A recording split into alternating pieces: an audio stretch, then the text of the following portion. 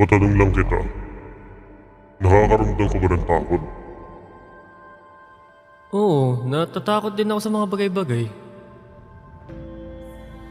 Yang nararamdaman mo, yan ang totoo. Hindi dahil bago sa'yo yung nangyayari, o kaya nasa lugar ka na hindi mo alam. Kundi kaya ka nakakaramdam ng takot, ay dahil nag-iingat ka. Sabagay, ganun nga yun. Alam mo ba kung nasaan ka ngayon? Pakiramdam ko, nasa isang mundo ako na lagpas sa imahinasyon ng katulad ko. Ang lugar na ito, pagdating sa lengguwahe ninyo, ay pwede siyang tawagin na Rift Dimension.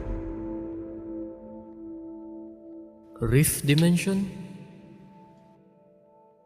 Ito ang lagusan ng lahat ng mga dimensyon na nandirito sa kalawakan.